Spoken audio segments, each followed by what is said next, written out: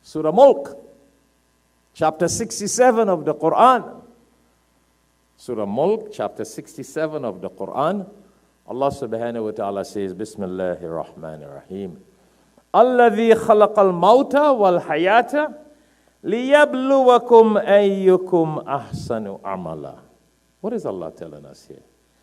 That Allah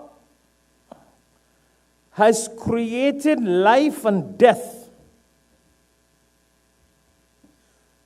as a means of trial for you and I to see who is best in good deeds.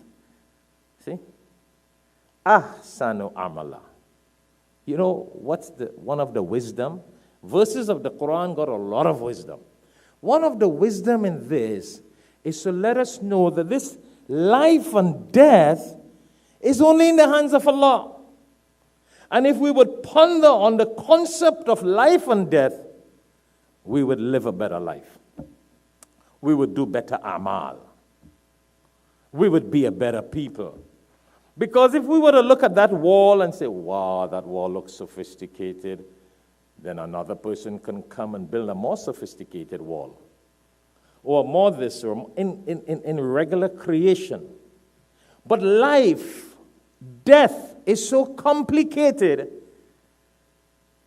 that it can only be Allah who has established life. Nobody understands what is the soul and what is life. We can only figure that out by what we have heard from the prophets, what the Quran says, what the scriptures say. It is beyond regular human knowledge.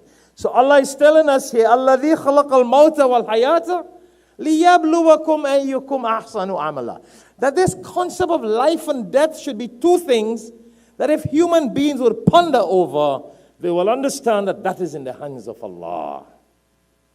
And they would want to live to please this Allah, who is the creator of life and death.